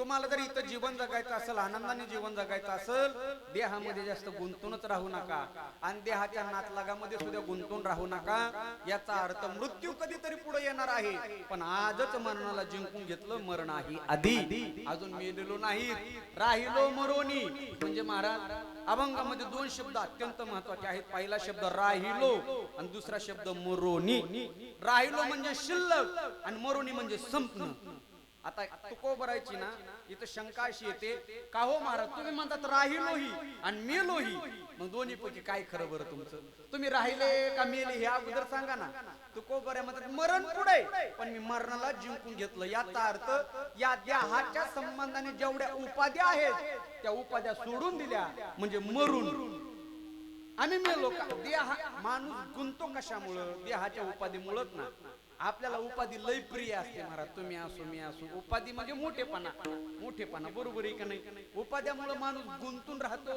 आम्हालाही महाराज कीर्तनाची सेवा घेतली ना कार्यकर्ते तिकडून म्हणतात महाराज नाव सांगा आम्ही सांगितलं इंद्रजित रसाळ म्हणले ते पुढं काय लिहायचं ते सांगा ही काय उपाधीच आहे का नाही बरं भागवताचार्य रामायणाचार्य मृदंगाचार्य आहे का नाही उच्च विद्या वाचस्पती असे काही शब्द वापरतात का ही उपाधी आहे ही खरी दुःखाला कारणीभूत आहे मी केलं माझ्यामुळेच होतं मी नाही केलं तर होतच नाही का आई राहत नाही तू फक्त मरून बघ आपल्या घरात फोटो आहेत का नाही आजोबाचे फंजोबाचे कापर पंजोबाचे तेही म्हणत होते मी केलं तरच होतं माझ्यामुळेच होतं काही राहिलं का आपलं उपाधीमुळे कुणाचं काय राहत नाही, पण माणूस उगत गुंतून राहतो. एक महत्वाचं वाक्य सांगू का? वपू काळे म्हणायचे, माणूस जेवढ्या सहजतेने एखाद्या गोष्टीमध्ये गुंतला जातो ना, तेवढ्या सहजतेने त्याच गोष्टीतून बाहेर पडता आलं पाहिजे, नाहीतर माणसाच्या जीवनाचा भ्रमर होत असतो. भ्रमर कमळाच्या मोहामध्ये गुंतून राहतो, कठीण लाकूड कुरतडणारा भ्रमर, पण कमळ फोडू शकत नाही का? गुंतल्यामुळे. माऊली म्हणले, भ्रमर भेदी कोडे, तैसे भल त्याचे काष्ट कोरडे, परी कळी के माझी सापडी कोवळी. म्हणून माणसाने गुंतावं तेवढं बाहेर निघता आलं पाहिजे. 56 कोटी यादवांना सोडून भगवान श्रीकृष्ण वनांतरी तपश्चर्या करायला जातात. याला म्हणायचं झटकन मोकळं होणं, आणि मरण ही आधी राहिलो मरून. मोकळं होता आलं पाहिजे महाराज. पण माणूस गुंतून राहतो, गुंतून मी पानामध्ये गुंतून राहतो, माझ्यामुळे गुंतून राहतो. तुकोबारायची खूप गोड भाषा आहे, ऐका. तुकोबाराय म्हणतात, धान्याची गोणी भरत असताना त्या धान्याचं जे माप असतं का नाही, माप, त्या मापाला वाटतं माझ्यामुळेच गोणी भरती. वाटतं का नाही त्या मापाला? ते शेर पावशेर असतं, त्याला वाटतं माझ्यामुळेच गोणी भरती. पण तुकोबाराय त्या मापाला म्हणले, मापा जरा मापात राहा. तुला भरायचं का रिकामं ठेवायचंय? धान्याच्या मालकाच्या हातात आहे, तुझ्या हातात काहीच नाही. आपलं देखील असंच आहे. आपण म्हणतो माझ्यामुळेच होतं, पण आपल्याला जिवंत ठेवायचं का आज उचलून न्यायचं हे कोणाच्या हातात आहे? त्या भगवान परमात्माच्या हातात आहे. पण मी पणा घेऊन चालत नाही. उपाधी नावाची गोष्ट टाकून द्या, त्याला ते म्हणायचं मरण आहे आधी. उपाधी बांधलेली असली की माणूस मोकळं होऊ शकत नाही. ते गुरुवारी पांडुरंग बाबा घोले दृष्टांत सांगायचे. 4-5 गांजडी माणसं होती, इकडची सोडून बरं का, इकडं कुणीच नाहीत म्हणून तुम्हाला कळणार पण नाही. 4-5 गांजा ओढणारी माणसं, आणि त्यांनी ठरवलं त्याला तीर्थयात्रा करायची. आता वारकरी तीर्थयात्रेला गेल्यावर काय नेते बरोबर? बुक्का, टाळ, पकवाज, विना. आता हे गांजा ओढणाऱ्याची तीर्थयात्रा का टाळ आणि पकवाज असेल का? ह्यांनी अगोदर मटेरियल भरलं पिशवीमध्ये, त्यांचं ते लागत तेवढं, आणि तीर्थयात्रा चालू केली. बघा 10-12 किलोमीटर गेले की बसा बरं म्हणजे आता भजन करू, भगवान शंकराचं भजन. असं भजन झालं महाराज त्यांचं, अगदी हे तिथं झोलायला लागले. मग ते तसेच महाराज, आता कशी आपली भीमा नदी नाही, भीमा नदी भीमाच आहे ना, अशी भीमा नदी एक नदी आडवी आली, आणि तिथल्या एका सद्ग्रस्ताने सांगितलं, म्हणजे हे बघा नदीमध्ये उतरू नका, पाणी खूप खोल आहे, पाण्याचा प्रवाह जास्त आहे, अगदी डोक्याच्या वर पाणी आहे. तुम्हाला जर पलीकडे जायचं असेल तर 3 किलोमीटर वरती जा, तिथे एक नाववाडी आहे, आणि तो नाव तुम्हाला त्या नावेमध्ये बसून पलीकडे पोच करीन. पण ऐका म्हणले, अर्ध्या तासात गेला पाहिजे बघा, नाहीतर तो नाववाडी घरी निघून जाईल. आता ही गिराईकच असं होतं, हे अर्ध्या तासात जाणार नव्हतं महाराज.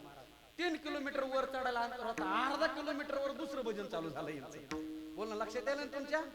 मग अर्ध्या तासात जाता जाता तिथं 3 तास झाले ना, त्यांना वडील नाव बांधले, ते घरला गेलं निघून. आता हे अति शहाणे, उत्तम शहाणे, 1.5 शहाणे सगळे एकत्रित. ते म्हणले नावाडीची काय गरज आहे, म्हणजे आपल्याला जाता येत नाही का? बसले नावेमध्ये, ते वलकले घेतले महाराज, आणि जी नाव चालू केली, संध्याकाळी 8ला नाव चालू केली होती. ऐका, 11 वाजता नाव चालू होती. ते म्हणलं अरे अजून काट करलंय लांब, आता तू माग हो, मी हाकतो म्हणलं नाव. हा दुसरा पुढे बसला, त्यांनी जे नाव हाकले 3 वाजेपर्यंत. परत बघितलं, म्हणलं काट कर अजून लांब आहे, त्याला महाग घेतो. तिघ चौघ होते, भारी बारचिनी भारी बारचिनी. 5-5:30 वाजेपर्यंत नाव चालू होती, पण नाव इतके सुद्धा पुढे सरकले नाही. कशामुळं? त्या नावेची दोरी सोडली नाही महाराज. जर नावेची दोरी सोडली नाही, किती दिवस नाव हाकले पुढे जाईल? अहो मरेपर्यंत जाणार नाही ना. ही दोरी, नाव म्हणजे शरीर आहे, आणि दोरी म्हणजे उपाधी. जोपर्यंत या देहाची आपण उपाधी सोडत नाही, तोपर्यंत हे नाव भगवान परमात्मापर्यंत पोहोच होणार नाही. तुकोबाऱ्या म्हणजे आम्ही ती उपाधी सोडून दिली, याचा अर्थ मरून राहिलो. आम्ही मरणाच्या अगोदरच मरून राहिलो. काय बघा, देहाचा संबंध वेगळा असतो, आणि देहाच्या तादात्म्याचा संबंध वेगळा असतो. याच्यामध्ये 4 प्रकार पडतात. काही माणसं देह सोडतात, देहाचा संबंध सोडत नाहीत. काही माणसं देहाचा संबंध सोडतात, देहाचं तादात्म्य सोडत नाहीत. काही माणसं देही सोडून देतात, देहाचं तादात्म्यही सोडून देतात. पण काही माणसं अशी आहेत, फक्त देह सोडतात पण गुंतून तिथंच राहतात. म्हणून आपल्याकडे त्याला म्हणतात पुनर्जन्म. देह सोडून देतात पण देहाचं तादात्म्य सोडून देत नाहीत. तुकोबाराय आम्ही देहही सोडून दिला आणि देहाचं तादात्म्यही सोडून दिलं. आता बघा, आपल्याला काही एवढं सांगायची गरज नाही. आपल्या इकडे ऊसाचं क्षेत्र भरपूर आहे सध्या. तुम्हाला भीमा मातेची कृपा आहे, बरोबर आहे ना? भीमा नदीची कृपा आहे. पण आपल्यापेक्षा जर वर गेला सातारा कराड, तर तिकडे अजून ऊसाचं क्षेत्र जास्त आहे. आम्ही आळंदीला राहिलो होतो बरं का, मारुती महाराज आम्ही बरोबरच होतो आळंदीला. आणि त्यावेळेला महाराज मला ना कराडून फोन आला. तिथल्या एका शेतकऱ्याचं निधन झालं होतं. आपल्या इकडे 10व्याला प्रवचन करतात, इकडे करतात का नाही ना? तिकडं सातारा पश्चिम, आपला पश्चिम महाराष्ट्रात आहे, पण कराड तो पुणे जिल्हा आहे ना, तिकडे 10व्याला प्रवचन करतात. आता हे मला माहित नव्हतं, मी नवीनच प्रवचन कर. आता तिथला एक श्रीमंत व्यक्ती गेलेला होता महाराज. 2-3 कोटीचा बंगला, 400 एकर ऊस, 10-12 गाड्या, 4-5 पेट्रोल पंप. म्हणजे किती श्रीमंत असं अंदाज लावा. एवढा श्रीमंत माणूस गेला आणि मला प्रवचनाला बोलवलं. आता हा जुना काळ, आम्ही एसटीने प्रवचनाला गेलो. तिकडं असं आहे बाबा, प्रवचन सुरू होण्याचा टाइम आहे, सुटण्याचा टाइमच नाही. मग महाराज सुटत कधी? पिंडाला कावळ्याने शिवलं की प्रवचन सुटलं. हे मला माहित नव्हतं, मला नवीनच प्रवचन करणे. प्रवचन चालू झालं, पिंड पाडले, देवबाप्पाने आवाहन केलं आणि सगळे लोक वाट बघू लागले. कुणाची? कावळ्याची. पण खरं सांग का मारुती महाराज, सगळ्यात जास्त मी बघत होतो. माझं भांडवल संपत आलं होतं. एका तासाचं पाठ केलेलं 1.5 तास का लांबीत आहे ना. आता जुनं असल्यावर काही करता येतं. नवीनच पहिलं प्रवचन, मी नुसतं गाड्या बघायचो बोलायचो, गाड्या बघायचो बोलायचो. कावळे काय आहे ना बाबा. देवबाप्पा म्हणले गेलेल्या व्यक्तीची काहीतरी इच्छा गुंतली असन, त्याच्यामुळे कावळे शेवाना झाले. त्यांना इकुलता एक मुलगा, त्या मुलाला बोललं, म्हणले पिंडावर हात ठेवा आणि बाबाची काय इच्छा असेल ना तेवढी संकल्प करा, कावळी येतील. तो मुलगा पुढे गेला, पिंडावर हात ठेवला. आता गेलेला माणूस वारकरी होता. मुलाला वाटलं, बाबाला वाटण पुढची वारी कोण करतं का नाही, म्हणून पिंडाला कावळे शिवणार. हात ठेवला, म्हणले बाबा काय टेन्शन घेऊ नका, मी प्रत्येक तुमची आषाढी पंढरपूरची वारी करतो, गावातल्या सप्त्यात पंगत देतो, कावळ्या हो या. तरी पण कावळे आले नाही बरं का. त्यांना 2 मुली, त्या मुली पुढे आल्या. त्यांनी पिंडा हात ठेवला, म्हणले बाबा आम्ही तुमची वारी करतो, तुमचं वर्ष श्राद्ध करू, मंदिर बांधू, अख्ख्या गावाला नगर भोजन देऊ, कावळ्या हो या. तरी पण कावळे आले नाही. अख्खं गाव पिंडाला शिवून गेलं, पण कावळे आले नाही. नियम का त्या दशक्रियेच्या विधीला कारखान्याचा शेतकी अधिकारी आला होता. ऊसाच्या नोंदी घेणार असतो का इकडं, शेतकी अधिकारी, गट अधिकारी, तो आला होता. सगळ्याचं लक्ष त्याच्याकडे गेलं. म्हणले साहेब अख्खं गाव शिवून गेले, तुम्ही एकटेच राहिला. तो मला माझा ह्याचा काही संबंध का काय, मी आपलं मित्रमंडळीच्या नात्याने आलो. जसं आलात ना तसं एकदा शिवात पिंडाला. आता हा गट अधिकारी, शेतकी अधिकारी त्या पिंडाजवळ गेला, पिंडावर हात ठेवला आणि म्हणले दादासाहेब काहीच घाबरू नका, उद्याची उद्या तुमच्या उसाला टोळी पाठवतो. भराभराच कावळ्या. त्या कराडच्या साहेबांनी देह सोडला होता का देहाचं तादात्म्य सोडलं होतं? बोला वारकरी, काय सोडला होता? देह. पण तादात्म्य सोडलं होतं का नाही? कुठल्या साहेबांनी? कराडच्या. आणि मी कराडचं सांगायला इथं आलोय. आपणच आहेत महाराज तो साहेब. हा देहामध्येच आपण गुंतून राहतो. जोपर्यंत ह्याच्यातलं ममत्व सोडत नाही तोपर्यंत आपल्याला मरण येत नाही. बघा, मरण हे सुद्धा 2 प्रकारचं आहे. देहाचं मरण वेगळं आहे, देहाच्या ममत्वाचं मरण वेगळं आहे. तुकोबा राय म्हणले मरण कधी येईल केव्हा येईल हे माहित नाही, पण त्याच्या अगोदरच आम्ही ममत्व नावाचं मरण सोडून दिलं. म्हणून मरण आहे आधी, आम्ही अगोदर मरून राहिलो. का हो तुकोबा राय, तुम्ही जे बोलले आम्हाला ते जमल का हो? तुकोबा राय म्हणले तुमच्याच्याने अजिबात जमणार नाही. फक्त तुम्ही एक काम करा, तुम्ही आमच्या जीवनातलं नवल पहा. आता तुम्ही पहा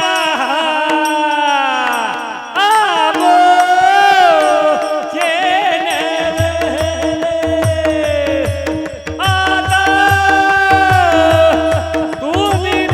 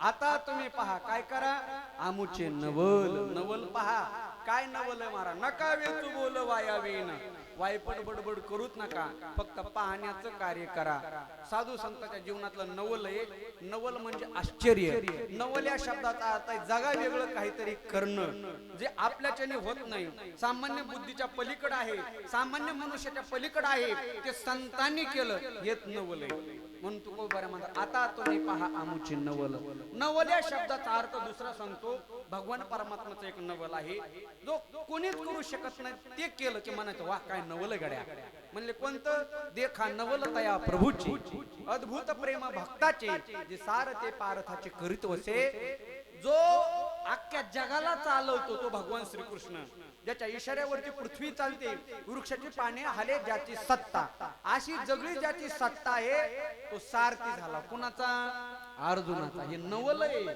हे काय मार नवल आहे नवल म्हणजे अगदी सोप्या भाषेमध्ये एखाद्या उच्च पदाच्या मंत्र्याने ड्रायव्हर होणे आणि ड्रायव्हरला साहेबाच्या सीटवर बसवणे याला म्हणायचं नवल ते नवल देवाचं आहे किंवा दुसरं एक नवल सांगतो कृष्ण देवाचं नवल बघा नवल केवडे केवडी नकळे कानोबाचे कोडे पण कोणतं नवल आहे पुढचं ऐका पृथ्वी जने तृप्त केली आणि त्याशी यशोदा भोजन घातलं अख्ख्या पृथ्वीला जेवू घालणारा भगवान श्रीकृष्ण म्हणजे ज्या पृथ्वीला देव जेवू घालतो त्याला यशोदा हातात काठी घेते त्याला बळच खाऊ घालते हे काय त्याच्या जीवनातलं नवल आहे याला म्हणायचं आश्चर्य मग का हो असं संतांच्या जीवनातलं काय नवल आहे की तुकोबरा म्हणतात आता तुम्ही पहा आमुचे नवल काय नवल आहे अगदी थोडक्यात सांगतो महाराज प्रत्येक संताचं तुम्हाला तीन प्रकारचं नवल सांगतो तुकोबऱ्याच्या जीवनातलं नवल सांगतो तुम्हाला काय पहिलं नवल या मृत्यू लोकातील प्रत्येक मनुष्य धनाच्या पाठीमागे लागला तुम्ही असो मी असो प्रत्येकाला जीवन जगण्यासाठी काय पाहिजे धन पाहिजे धन नाहीतरी धनालाच किंमत आहे सध्या गरीबाला कोण किंमत देतो म्हणून तुकोबराने सिद्धांतच मांडला धनवंता लागी सर्व मान्यता आहे जगी सगळा मान पान धनाच्या पाठीमागे ना पैशाच्या पाठीमागे अख्खा समाज पैशाच्या पाठीमागे लागला आहे पण ज्या जगद्गुरु तुकोबराने छत्रपती शिवाजी महाराजांनी सोन्याचा नजराणा पाठवला तो जसाचा तसाचा नजराणा परत पाठवला आणि त्याच्या बरोबर एक पत्र लिहिलं आम्ही तिने सुखी म्हणा विठ्ठल विठ्ठल मुखी तुमचे एरवित धन ते मग मृत्तिके समान हे नवल आहे हे काय नवल आहे का नाही बरं खरं सांगा बरं जर या धर्म मंडपामध्ये 10 रुपयाची नोट पडली ना 10 रुपयाची नोट लोक उचलून घेते सांगते हे बघा ही 10 रुपयाची नोट आहे कुणाची असेल ते घेऊन जा पण त्याच्या जागेवर 500ची असली तर तसाच पाय देते तो जे विठ्ठल होईपर्यंत वाट बघते आणि घालेल वाटायला उचलून खिशात घालते का धन प्रत्येकाला अपेक्षित आहे पण तुकोबराने धन परत पाठवलं हे तुकोबराच्या जीवनातलं नवल आहे दुसरं नवल सांगतो तुकोबराच्या जीवनातलं नवल ऐका देहू गावामध्ये धर्म मार्तंड लोकांची मीटिंग भरवली म्हणजे धर्माचा धंदा करणारे लोक आणि तुकोबराला त्रास द्यायचा ठरवला तुकोबराला आज्ञा दिली तुकोबर आहे तुमचा गाथा नावाचा जो ग्रंथ जो पुस्तक आहे ते पाण्यामध्ये बुडवा त्याला दगड बांधून पाण्यात सोडून द्या तुकोबरांनी त्या गावकऱ्यांची आज्ञा शीर्षबंदी मानली पंचमवेद गात्याला खालून दगड बांधली आणि इंद्राणीच्या डोहामध्ये गाथा सोडून दिला आणि 13 दिवस देवाच्या नावाने ठाव फोडला उपोषण चालू केलं 13 दिवस झाले निश्चक्र करिता तरी अनंता न पवशी अरे पाषाणाची खोळ घेऊन बैसलासी सांग ऋषिकेश तुझं काय झालं 13 दिवसाचं उपोषण चालू केलं आणि जगातलं नवल महाराजाच्या जीवनामध्ये घडलं काय घडलं जळी दगडा सहित वया तारी येल्या जैशाला या ज्या गाथ्याला दगड बांधून तुकोबराने गाथा इंद्राणीच्या डोहामध्ये सोडला होता दादा हो नुसता गाथा वर आला नाही दगडा सहित गाथा वर आला जर गाथ्याच्या संगतीला लागलेले दगड तरतात तर आपण माणसं आपण तरणार नाहीत का ह्याचा विचार करा फक्त आपण संगत गाथ्याची केली पाहिजे गाथ्याची ज्ञानेश्वरीची गाथ्याची संगत केली आपला 100% उद्धार होईल दादा हे तुकोबराच्या जीवनातलं नवल आहे म्हणून तुकोबरा म्हणतात आता तुम्ही पहा आमुचे नवल माऊलीच्या जीवनातलं काय नवल आहे माऊलीच्या जीवनातलं नवल सांगतो ऐका जगातले सगळेचे सगळे पुस्तक सगळेचे सगळे ग्रंथ जिवंत माणसांनी लिहिलेले मेलेल्या माणसांनी कोण लिहिलं काही बोला लेणे ही प्रक्रिया मेल्याच्या नंतर होते का जिवंत असताना होते इकडे कसं आहे माझे इकडे काय वेगळं मेलेले माणसं लिहितात का? नाही ना, सगळीकडे सारखंच आहे ना, शब्द तर सारखेच ना. तुमच्या इकडे लेखी जनावर काय म्हणतात, आमच्याकडे हलकट म्हणतात. हा शब्दाचा फरक आहे. जिवंत माणसं लिहितात का मेलेले? दादा हो, कोण लिहितं? जिवंत. मेलं कोण कशाला लिहिलो? पण माऊलीच्या जीवनातलं नवल सांगतो. ज्ञानेश्वरी कोणी लिहिली?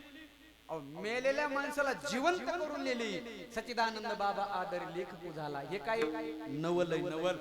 दुसरं नवल सांगतो, अहो माऊलीने निर्बुद्ध रेडा बोलवला. हे काय कमी नवल आहे का? यालाच म्हणायचं आता तुम्ही पहा आमुचे नवल. आपण फक्त पाहू शकतो, ह्याच्या पलीकडे काहीच करू शकत नाही. म्हणजे कशामुळं? कारण आपण भयग्रस्त आहोत. साधू संत भय विरहित झाले. अभंगाचं शेवट बरं म्हणतात. तू काय म्हणे? तुम्ही भयाभीत नारी.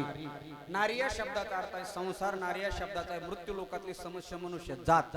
आपण सगळे भयग्रस्त आहोत. संत भय विरहित आहे.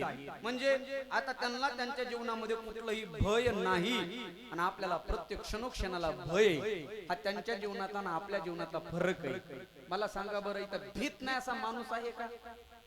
कुणी कशालाच नाही घाबरलं तरी मरणाला घाबरत का नाही? मरणाला घाबरत हे लांब पुढचंय. एखाद्याला मर म्हणलं तर राग येतो. माऊली म्हणले आगा मर हा बोलू न सहा. एखाद्याला नुसतं मर म्हणलं तरी काटे घेऊन धावून महाराज. मला मर म्हणला. मृत्यू भय हे जीवनातलं सगळ्यात मोठं भय आहे आणि त्या भयग्रस्ताने आपण भय झालो. संतांनी मृत्यू भय घालवलं. म्हणून तुका म्हणे तुम्ही भयाभीत नारी. जोपर्यंत आपल्या जीवनातलं मृत्यूचं भय जात नाही तोपर्यंत आपण आपल्याला जिंकू शकत नाही. एका गावामध्ये एका विहिरीमध्ये कुत्र मरून पडलं. ऐकताय तुम्ही? गावामध्ये विहिरीमध्ये कुत्र मरून पडलं. 4-5 हजार लोकसंख्येचं गाव. आता अख्ख्या गावाला त्याच विहिरीचं पाणी, दुसरी विहिरच नाही महाराज. विहिरीतून टाकीत पाणी यायचं, टाकीतून प्रत्येकाला नळाने घरोघरी पाणी जायचं. आता विहिरीत कुत्र मरण पावलं. पाण्याचा वास सुटला. पाणी पिवशी वाटाणा घाण पाणी लागलं. गावाच्या 4-5 शहाण्या माणसाची बैठक झाली. म्हणजे गड्या पाण्याचा घाण वास यायला, काहीतरी उपाय केला पाहिजे. एक जण म्हणला आपण विहिरीमध्ये आत्तर टाकू. काय टाकू? आत्तर टाकू. कशामुळं? पाण्याचा घाण वास येतोय. चला म्हणले आत्तर टाकू. तालुक्यातल्या, जिल्ह्यातल्या, राज्यातल्या जे सगळ्यात सेंटेड अत्तर आहे ना, आता ते मला माहित नाही वापरीत नसल्यामुळं, पण बऱ्याच जणांना माहित असते त्याचे नाव. महाराज नंबर 1 अत्तर आणलं. 1-2 किलो लिटर म्हणा विहिरीत टाकलं. पाणी जरा चांगलं झालं. पाण्याला सुगंध येऊ लागला. पण वरचं अत्तरचं पाणी संपलं. परत घाण जशाला तशीच. परत गावात मीटिंग झाली. म्हणजे गड्या पाणी काय चांगलं झालं नाही, घाण तशीच आहे. दुसरा म्हणला आपल्या पाण्याला दोष लागला.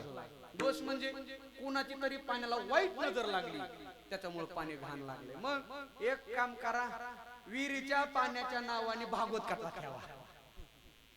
सांगणारे सल्ले ऐकणारे. भागवत कथेचं आयोजन केलं महाराज. महाराज आले. 8 दिवस भागवत कथा झाली आणि शेवटचं त्या कळसाचं पाणी, जे कळस असतं ना, ते पाणी त्या विहिरीत टाकलं. पाणी चांगलं होईल का? नाही. तरी सुद्धा पाणी चांगलं होईना. दुसरा म्हणला नेमकं काय करावं? दुसरा म्हणला नामजप करा. नामजपही केला पण पाणी चांगलं झालं नाही. योगाने त्या गावामध्ये आमच्यासारख्या वारकऱ्याचं कीर्तन. आम्ही तिथं गेलो. सगळ्या गावकऱ्याच्या डोक्यावरती टेन्शन. 12 वाजलेले. 12 वाजले नाहीत बरं का. 10 मिनिटं बाकी. पण ते पाणी घाण ना महाराज. आणि सगळं गाव दुःखी. मग वारकरी म्हणले नेमकं झालंय काय असं? कार्यकर्ता म्हणला गड्या परेशान आहे गाव. 15 दिवस झाले. 15 दिवस म्हणजे कशामुळं? विहिरीचं घाण वास येतो आणि पाणी काय चांगलं लागत नाही. म्हणलं कशामुळं? म्हणजे विहिरीमध्ये कुत्र मरून पडले. वारकरी म्हणला मग कुत्र काढलं का? म्हणलं नाही काढलं. किती अत्तरच्या बाटल्या टाकल्या पाणी चांगलं होईल? बोला की. चांगलं पाणी करण्यासाठी काय करावं लागन? किती सोपं आहे बरं. काय करावं लागन?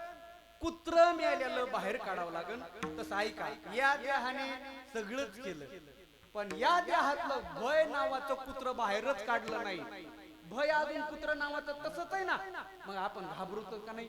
तू को बरं आहे म्हणतात हे भय नावाचं कुत्र बाहेर काढून टाका. आम्ही हे केलं का? तू काय म्हणे तुम्ही म्हणजे आपण सगळं भयग्रस्त आहोत आणि जगद्गुरु तुकोबार आहे भय निवृत्त झाले. मी बोलून गेलो की भीत नाही असा माणूसच नाही बघा. प्रत्येक जण भीतो इथं. प्रत्येक जण तर जुन्या काळामध्ये आमचे गुरुजी शाळेवरती शिक्षक गोष्ट सांगायचे. ते म्हणायचे चावडीवर बसलेल्या 4-5 म्हाताऱ्या माणसाची पैज ठरली, याच्यातला निर्भय कोण. ऐकलं असेल ना तुम्ही, धोत्र घालणारे 4-5 म्हातारी माणसं असतात बिना कामाचे. काय काय माणसं इथले सगळे वारकरी बरं का, इथले सोडून काय काय असतात ना बिनपगारी आणि फुल अधिकारी. गावात पाहुणे मंडळ बघायला आलं, हे सगळ्यात पुढं लगेच विचारणार कुठं आलती गाडी. हे जर म्हणले गावात सकाता त्याच्या पोराला बघायला आलतो, त्याच्या पोराला तर घुर येत. म्हणजे हे लग्न मोडायला असतात. असे काय गावोगाव असतात का नाही? असतात बरं का. एक खरं खरं बोलू का तुम्हाला, राग येईल तुम्हाला, खरं सांगतो महाराज. आज प्रत्येक गावामध्ये शकुनी जिवंत आहे आणि प्रत्येक गावात मंथरा जिवंत आहे. म्हणून प्रत्येक गावात रामायण आणि महाभारत आजही घडते. गावागावात शकुनी जिवंत आहे का नाही? आहे ना महाराज. शकुनी म्हणजे कोण? याची काडी त्याला, त्याची काडी त्याला, त्याची काडी त्याला, सगळ्या गावाचे एकटा भांडण लावणार आणि सगळ्यात जास्त टेटस तेच देवाचे ठेवणार. असे काही माणसं असतात ना महाराज. आणि ते रिकम टेकडे माणसं गावात बसले आणि म्हणले आपल्याला सगळ्यात जो निर्भय आहे ते कसं का ओळखायचा. म्हणले काहीच नाही, आमुष्याच्या रात्री मध्यरात्री 12 वाजता मशानभूमीमध्ये जायचं आणि तिथं खुटी ठोकायची. तो निर्भय. मग महाराज एक जण म्हणला मी करतो. त्याने हातात खुटी घेतली. शनिवारचा दिवस, आमुष्याची रात्र आणि मशानभूमीकडे निघाला. जसा जसा जवळ चालला तसं तसं भय वाढत चाललं ना. राम राम राम राम राम राम. जवळ जवळ गेला आणि एक लिंबाचं झाड हल्लं. लगेच त्याच्या लक्षात आलं गेल्या शनिवारी कोण गेलं होतं. म्हणला ते तर झाडावर नसल. असा घाबरला महाराज. पण मित्राची पैज होती, तसाच गेला. कशी तशी राम राम राम राम म्हणत खुटी घेतली, ठोकली. पण खुटी ठोकताना त्याचं धोतर गुतलं. जसा उठला तसा धपकन पडला. भूत भूत म्हणून तिथूनच पडला. त्या बाकीच्या सुद्धा हिंमत झाली नाही जायची सकाळपर्यंत. हे सकाळला गेले, त्याच्या तोंडावर पाणी शिपडले. सकाळी 10 वाजता म्हणतो भूत भूत भूत भूत होतं का धोतर गुतलं होतं. आपलं तसंच आहे ना. हे मृत्यू नावाचं भय जोपर्यंत निघत नाही आपण भय निवृत्त होत नाही. तुकोबऱ्या म्हणजे आम्ही भयच काढून टाकलं पण आपण भयग्रस्त आहोत. तू काय म्हणे तुम्ही भयाभीत नारी आणि कैशी सरी संग आम्हा तुमची आणि माझी बरोबरी होऊ शकत नाही. मग भय काढून टाकलं की तुकोबऱ्या म्हणजे मरण आहे आधी राहिलो मरोनी. एकदा भय काढून टाकलं की मरणाच्या अगोदर जिंकून राहता येतं आणि राहिलो म्हणजे 2 रूपाने राहता येतं. पहिला आहे कीर्ती रूपाने राहता येतं. म्हणून असे काही काही संत महात्मे कार्यकर्ते निघून गेले महाराज. पण आजही त्यांचं नाव आहे याला म्हणायचं राहिलो. गेले दिगंबर विश्वर विभूती मरणादे मरणादे मरोनी गे मरणादे मरणादे गाव तर ते शेवटी जगद्गुरु श्री तुकोबाराय म्हणतात आता बास आणि भयाला जिंकलं. मरण आधी सावध व्हावे, कीर्ती रूपाने जगावे. अगोदर मनाला जिंकून घ्या, कीर्ती रूपाने राहता येतं. आणि हे सगळं केलं कशामुळं? देवाच्या नामस्मरणामुळं. म्हणून एकदा फक्त पुरुष मंडळीने असे 2 हात वर करा.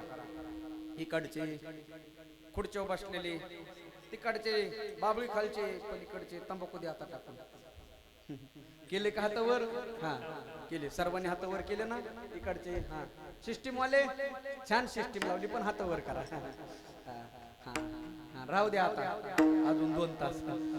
मोठ्या प्रेमाने भजन करा. विठोबा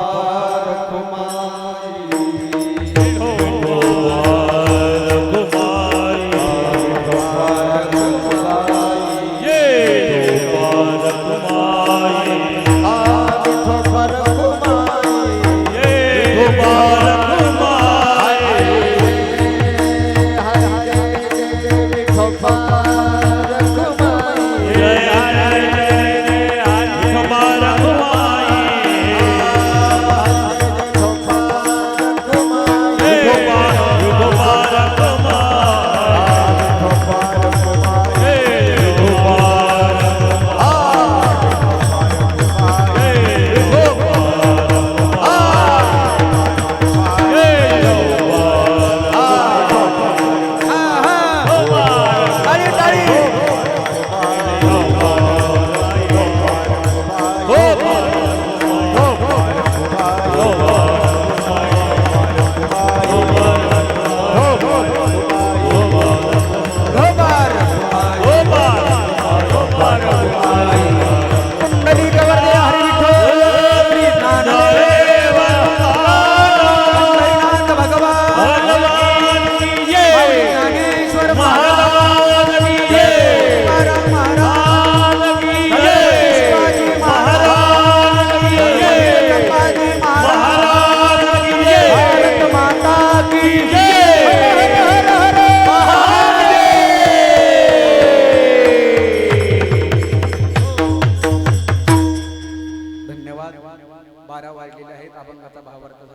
5 मिनिटं. आपण सनातन धर्मातले माणसं आहोत, हिंदू धर्मातले माणसं आहोत. आपलं शास्त्र असं सांगतं, पिंड पदावरी दिला आपुली करी. आपल्याला पिंडदान करावं लागत असतं. शास्त्र असं सांगतं, गेलेल्या व्यक्तीच्या नावाने वर्षातून कमीत कमी 3 वेळेला तरी अन्नदान केलं पाहिजे. बघा, आपले वडील असतील, आजोबा असतील, आई असेल, का एकतर त्यांचे उपकार आहेत म्हणून, आणि दुसरं शास्त्र सांगतं म्हणून. उपकाराची परतफेड आपण करूच शकत नाही महाराज. मायबापाच्या उपकारातून उत्तीर्ण होण्याचा छोटासा प्रयत्न, एक 100%तून 1% प्रयत्न म्हणजे हा प्रयत्न आहे. जीवातून जीव दान दिलेला आहे त्याला आई म्हणतात. आयुष्यभर काबाड कष्ट केला त्याला बाप म्हणतात. पण त्या उपकारातून उत्तीर्ण होता येत नाही, पण कुठेतरी त्यांना वैकुंठीचं दार मोकळं व्हावं म्हणून हा कार्यक्रम करावा लागत असतो. त्यामध्ये वर्ष श्राद्ध आहे. ह्या वेळेला पिंडदान पाडावे. नंबर 2, आपल्या सनातन धर्मामध्ये, हिंदू धर्मामध्ये पक्ष पितृपक्ष 15 दिवसाचा, तेव्हा एकदा पिंडदान पाडावं, तेव्हा एकदा अन्नदान करावं. आणि नंबर 3, वर्षातून एक मुहूर्त येतं, अक्षय तृतीया, त्याला आपण आखिदी म्हणतो. त्यावेळेला एकदा पिंडदान पाडावं, वडिलाच्या नावाने अन्नदान करावं. का करावं? आपलं शास्त्र असं सांगतं, मातृदेव भव पितृदेव भव. ऐका, एक 5 मिनिटं मी तुमचे घेणार आहे. कीर्तन झालंय माझं. आपण मानतो आई ही एक देवता आहे, वडील ही एक देवता आहे, पण आज त्यात 2 देवता घराच्या बाहेर आहे. ते कुठंतरी थांबलं पाहिजे. आपल्या भारत देशाचं दुर्दैव सांगू का तुम्हाला, या जगामध्ये 231 देश आहेत, पण सगळ्यात जास्त वृद्धाश्रम भारतामध्ये आहेत.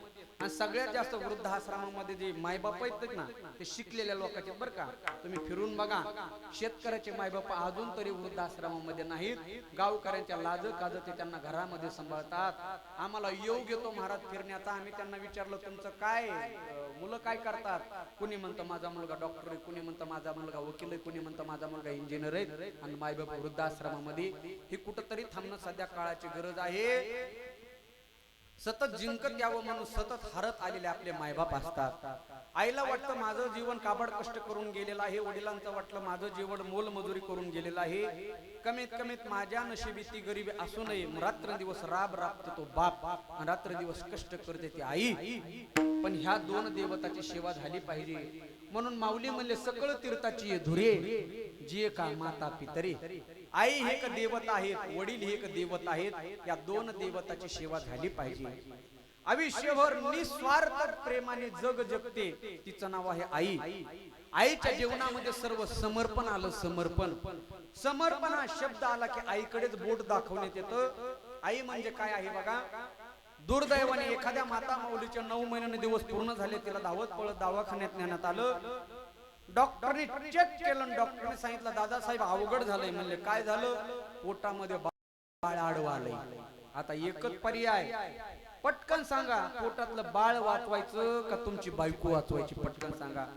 नवऱ्याने एका क्षणाचा विलंब न करता डॉक्टरला उत्तर दिलं, डॉक्टर साहेब माझी बायको वाचली पाहिजे, माझी लक्ष्मी वाचली पाहिजे. सासू सासऱ्याने विचारलं तुमचं काय मत आहे? त्यांनी सांगितलं डॉक्टर साहेब आमच्या घरची सून वाचली पाहिजे, आमची लक्ष्मी वाचली पाहिजे. माहेरचे आले होते, त्यांना विचारलं तुमचं काय मत आहे? त्यांनी सांगितलं डॉक्टर साहेब आमची लेक वाचली पाहिजे, आमची तायडी वाचली पाहिजे. पण ऐका ना, 3 तास डिलिव्हरीच्या खोलीमध्ये ओरडू ती डॉक्टरला म्हणत होती, डॉक्टर साहेब काही झालं तरी होऊ द्या, पण माझ्या पोटातलं बाळ वाचलं पाहिजे. ही बोलणारी फक्त आणि फक्त आई आहे बरं का. आईचं प्रेम हे निस्वार्थ प्रेम असतं, त्याच्यामध्ये अजिबात स्वार्थ नाही. फक्त हे आज आपल्याला कळालं पाहिजे बघा. म्हणून मायबापाला सांभाळा, ही सगळ्यात मोठी सेवा आहे. मी आईची बाजू घेत आहे आणि बाप बाजूला करतोय असं नाही बरं का. आपल्या जीवनामध्ये आई जेवढी महत्वाची, आपल्या जीवनामध्ये बापही तेवढाच महत्वाचा आहे बघा. कुंभार दादा माठ घडवतो, माठ. पण माठ घडवत असताना कुंभार दादाचा एक हात माठाच्या बाहेरून असतो, एक हात माठाच्या आतून असतो. बाहेरचा हात त्या माठाला आकार देतो, आतला हात त्या माठाला आधार देतो. तसं आपल्या जीवनाला आकार देण्याचं काम जरी आईने केलं, आपल्या जीवनाला आधार देण्याचं काम आपल्या बापाने केलंय, विसरू नका. म्हणून सगळ्या पुरुष मंडळीला, महिला मंडळीला माझी पाया पडून कळकळीची विनंती. झालंय माझं कीर्तन, फक्त एक विनंती ऐका. तुम्ही जीवनामध्ये कशाला घाबरा अथवा नका घाबरू, पण 2 गोष्टीला घाबरून चला दादा हो. पहिली गोष्ट म्हणजे पाप, दुसरी गोष्ट म्हणजे बाप. जो पापाला घाबरला त्याचा परमार्थ चांगला, आणि जो बापाला घाबरला त्याचा प्रपंच चांगला. तुमचा बाप कसाही असू द्या, लडा असू द्या, आंधळा असू द्या, पांगळा असू द्या, कसाही असू द्या, पण नुसता दारात जरी बसला ना, कोण्या पाप्याची नजर तुमच्या घरावरती पडत नाही. की बापच काय, बापाने सोडलेल्या बुटात सुद्धा ताकद असते, फक्त ते आपल्याला कळत नाही. म्हणून बाय बापाची सेवा ही जगातली सगळ्यात मोठी सेवा आहे. वडील काही करू शकतात. सांगू का, जीवनामध्ये तुम्हाला कोणाचाही कॉल आला तरी कट करा, पण बापाचा कॉल कधीच कट करू नका. का काही काहींना तो कॉल यायचाच बंद झालाय, काही काहींना येत नाही महाराज. हा, एक वयोवृद्ध माणूस मोबाईल शॉपिंग मध्ये गेला, नवीनच मोबाईल होता. त्या मोबाईल शॉपिंग वाल्याला दाखवू लागला, म्हणला त्या मोबाईल मध्ये काही खराबी झाली का बघा बरं. त्या मोबाईल शॉपिंग वाल्याने तो मोबाईल बघितला, सगळा चेक केला, सांगितलं अहो दादा काय मोबाईल मध्ये खराबी नाही, सगळी रेंज वगैरे सगळं भरपूर आहे. मग त्या म्हाताऱ्याने रडत रडत उत्तर दिलं, मग मोबाईल जर ठीक आहे तर माझ्या मुलाचा 1 महिन्यापासून फोन कसा आला नाही. असे काही निर्दयी मुलं आहेत बरं का. मायबापाची सेवा करा. मी पेपरला लेख वाचला होता बरं का, चेअरमन साहेब, आमच्या मराठवाड्यामध्ये नांदेड आहे बघा, नांदेड, आणि त्या नांदेड मध्ये डॉक्टर होऊन गेले अरुण गोधनकर. तुम्ही गुगलला सर्च करा, अजून लेख उपलब्ध आहे. आपल्या भारत देशाचे सगळ्यात मोठे बालरोग तज्ञ डॉक्टर होऊन गेले महाराज अरुण गोधनकर. त्यांचं एक स्वप्न होतं, मी जसा भारत देशाचा बालरोग तज्ञ मोठा डॉक्टर आहे, तसा माझा एकुलता एक मुलगा डॉक्टरच व्हावा आणि माझ्यापेक्षा मोठा व्हावा. आयुष्यभर राबले, रात्रंदिवस हॉस्पिटल चालवलं, मुलाला अमेरिकेला पाठवलं आणि मोठा डॉक्टर केलं. अरुण गोधनकर पेक्षा त्यांचा मुलगा मोठा डॉक्टर झाला, पण एवढा पृथक नाही निघला महाराज. तिकडं त्यांनी लग्न केलं, बायको तिकडची मुलं झाले, सगळं झालं. रात्रीची फ्लाईट धरली, विमान धरलं, रात्रीचा आला. अरुण गोधनकरला बळजबरीने कागदपत्रावरती अंगठे घेतले, सह्या घेतल्या आणि रात्रीचा निघून गेला. जेवढी इकडची भारत देशातली प्रॉपर्टी होती ना सगळी विकली आणि तिकडे निघून गेला. अरुण गोधनकरचे त्यांच्या धर्मपत्नीचे शेवटचे 5 वर्षे लातूरच्या वृद्धाश्रमामध्ये गेले. मी कुणाचं सांगतोय, भारत देशातल्या मोठ्या डॉक्टरचं सांगतोय. शेवटी अरुण साहेबाच्या पत्नीचं निधन झालं. त्यांनी तिकडे अमेरिकेमध्ये मुलाला फोन केला, सांगितलं बाळा आपण हिंदू धर्मातले माणसं आहोत, आपल्या धर्मामध्ये आईला अग्निडाग देण्यासाठी मुलगा लागतो, तू पटकन परत या आईला, आई तुझ्या आईला अग्निडाग देऊन परत जा. त्यांनी तिकडून सांगितलं बाबा मला यायला वेळ नाही, व्हिडिओ कॉल द्वारे मला चित्ता दाखवा आणि कुरिअरने हस्ती पाठवा. शेवटी अरुण गोधनकर लेख लिहितात, चुलीत गेलं तुमचं शिक्षण आणि चुलीत गेली तुमची नोकरी.